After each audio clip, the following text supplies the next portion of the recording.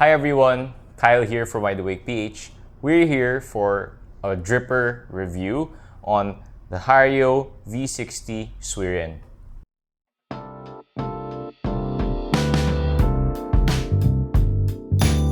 The Hario V60 Suiren is a relatively new dripper from the super popular Japanese brand Hario. The interesting thing with this new dripper is that it is semi-modular in nature.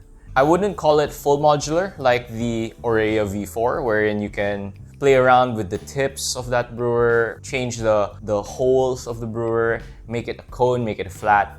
It's not that customizable.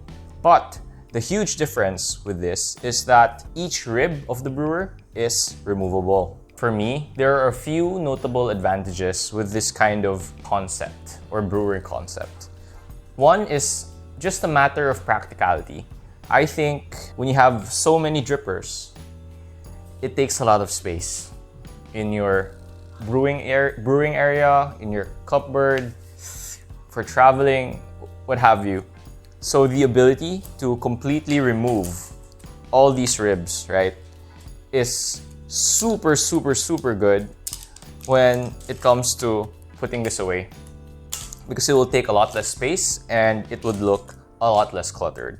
So that is one huge advantage of the Suiren.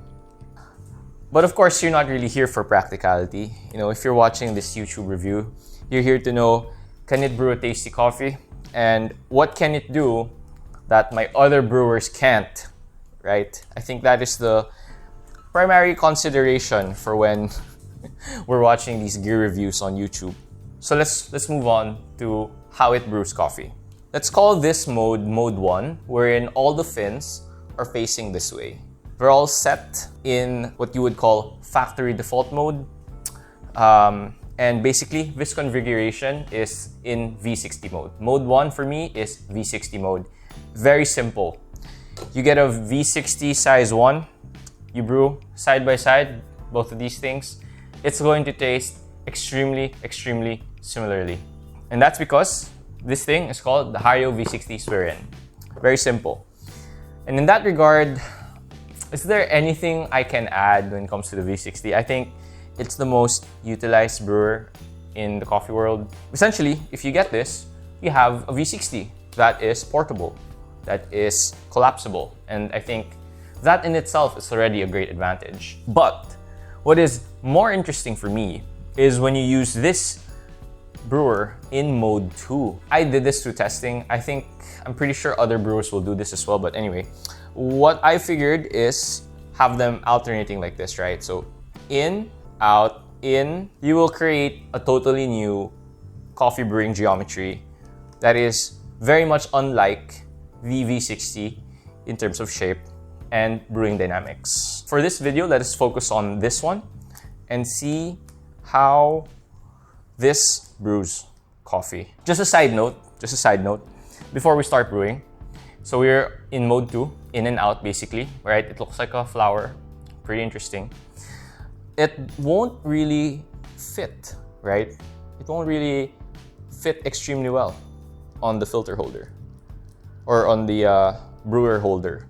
Whereas earlier, as you've seen, it was like a perfect fit. So look, right? That is not stable because of course, this isn't how it was designed to be used. So you would have to get a relatively larger server or carafe and place it like that.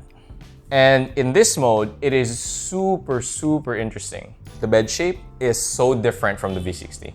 The V60 has, of course, classic cone dripper sort of shape. This one, you have what is a very wide coffee bed that turns into a cone. For me, it performs very similarly to a high flow or fast flow flat bottom dripper. And that, I think, is the unique selling point of this brewer. The fact that it's portable, the fact that you can disassemble it, and the fact that you can use it in mode 1 and in mode 2. I'll show you what it looks like. I'll pre-wet the filter, grind some coffee, and let's brew some filter coffee.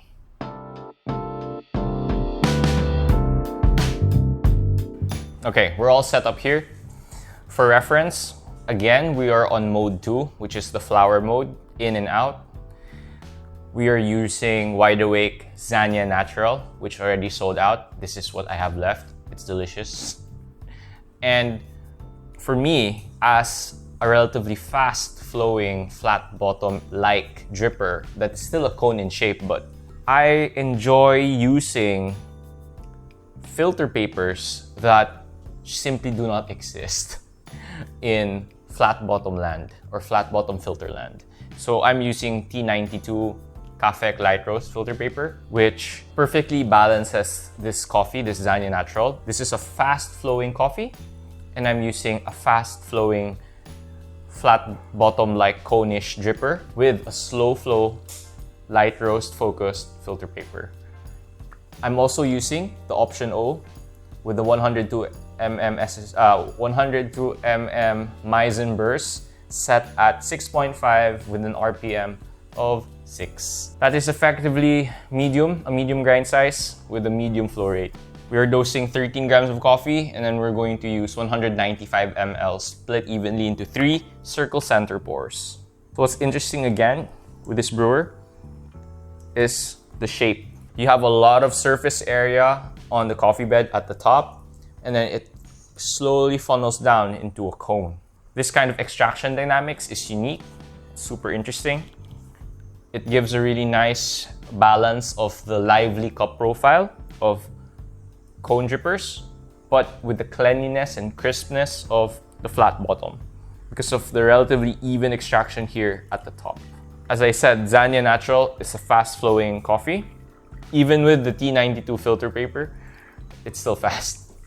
What I noticed as well is the flow rate on this particular filter paper slows down on the third pour, which is good for us because that will increase the contact time and give us a really nice tactile body. Balances out the light roast profile really well. We've tasted the coffee, and I'm ready to share with you my thoughts on brewing with the V60 Suiren in mode 2. Definitely, you will taste what I'm saying when it comes to this being sort of like a hybrid between a flat bottom dripper and a conical dripper. In the cup, you can taste first the cleanliness of the notes, right? The flavors of Zanya will really pop out at you. Whatever is written in the bag, you will get it in a sequential way. But what's different is as you swallow the coffee, as the coffee moves from the front of your tongue to the back of your tongue, you get a spiking acidity. You get higher flavor intensity, right? Like it's going up like this. It's becoming more and more tart, more and more sharp, more and more flavor intense, which is a sign of how cone drippers typically behave, right? Punchy, fun, dynamic, that's what you get. So you're getting an interesting balance, an uneven sort of coffee brewing dynamic and extraction that is just fun. There's no way else to describe it. It's just a fun sort of coffee profile that is unique in the market. And again, it's fun because you can use cone filter papers in a hybrid-like flat-bottom cone-ish sort of brewer, which increases the amount of experimentation, the amount of flavor outcomes that you can create. It's just a fun way to explore your coffee rotation, basically. So that's for the good sides or the pros of this brewer. Now, what are the downsides? Well, for me, it's personal preference, but it's aesthetics. I'm not really sure I like how it looks. It looks like sort of like an alien shape. Not the most harmonious object to look at. It's also quite tall. Depending on your coffee bar height, you might have a difficult time positioning your kettle properly with it. That's a niche case because my coffee table is quite high. So, I have to position my kettle a little bit higher to get enough turbulence and agitation into my brews. But I think the most con that I can think of with this is setting the filter paper. Even in V60 mode 1, and then here in this flower mode, when you set the filter paper, there's always a little crumpling happening in a certain area of the brewer, right? It doesn't sit completely flush with the shape of the brewer, which is a problem if you're after super high consistency, right? I think as a home brewer, that's fine. But in a competition environment, this is not going to be the best tool because of that issue. Because that will affect extraction. That will affect your consistency. And in a competition setting, what you need is a systematic way, an iterative way of dialing in your coffee. And if this crumpling thing is going to be like a factor when it comes to dialing in, it will be a problem, right? It will be difficult to iterate because you're also thinking about that. Did I set the filter paper perfectly? Because again, that affects extraction. That's it. That's my review of the Hario V60 Suiren. Shout out to my friend Josh for lending this to me. It took a while to review. I'm so busy with the coffee brewing tournament and the joy of receiving the optional one.